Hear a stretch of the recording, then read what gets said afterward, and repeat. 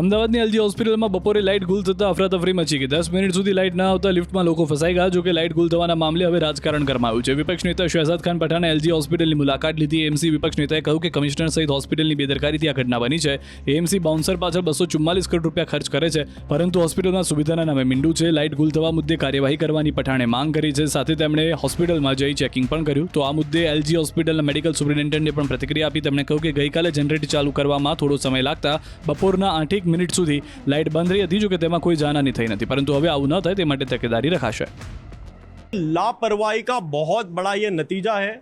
एक तरफ हजारों मरीज एलजी अस्पताल में अपना इलाज कराने आते हैं और 20 मिनट तक लाइट चले जाना, मैं मानता हूँ इससे बड़ी शर्मनाक घटना नहीं हो सकती.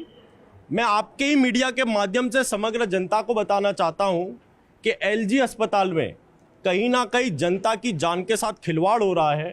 कल जिस प्रकार का हादसा हुआ, यदि भविष्य में ऐसा हादसा हो और इस परिस्थिति में कोई मरीज आईसीयू में एडमिट हो और जिनकी जान जोखिम में हो और लाइट चली जाए, तो आप अंदाज़ा लगा लीजिए कि उस मरीज के साथ क्या परिस्थिति होगी. आज जब यहाँ का दौरा किया, जनरेटर सिस्टम को जब देखा गया, तो यहाँ पर जनरेटर को ऑन ऑफ करने के लिए मैन पावर की ज़रूरत पड़ती है.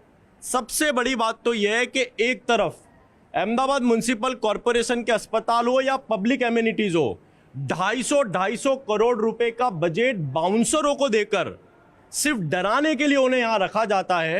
लेकिन ऐसी चीज़ें जो कि ऑटोमेटिक सिस्टम जिसमें हम लागू कर सकते हैं, ऐसे प्रकार की चीज़ें ना लागू कर कहीं ना कहीं हजारों मरीजों के साथ लापरवाही दिखी जाती है.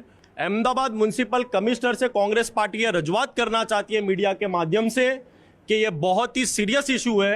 यदि इस प्रकार का इशू भविष्य में होता है तो Congress party municipal commissioner Shri का कहीं ना कहीं सस्पेंशन लेने की बात करेगी, क्योंकि इसमें किसी की जान जाती हो तो यहाँ पर अहमदाबाद म्यूनसिपल कॉरपोरेशन के पदाधिकारी और अहमदाबाद म्यूनसिपल कॉरपोरेशन के अधिकारी जिम्मेदारी होंगे. गई काले बपोरना टाइमे लगभग 7-8 મિનિટ માટે લાઇટનો સપ્લાય બંધ થયો હતો.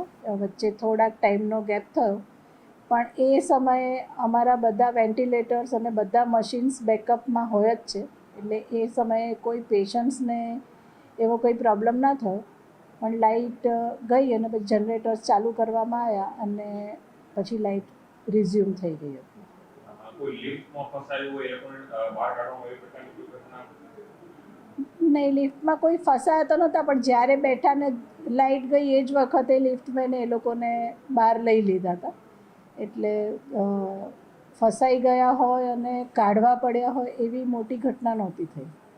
આ પહેલી વાર આવું થયું હશે કદાચ, અને within a short time generators ચાલુ થઈ ગયા. આમ તો મોટી ઘટનાઓ ના બને એના માટે તો પૂરતા અમે બધા તકેદારી લઈએ જ છીએ. એટલે ઓપરેશનમાં ને એ બધામાં તો જેટલા મશીન હોય બધાની પાસે બેટરી બેકઅપ હોય.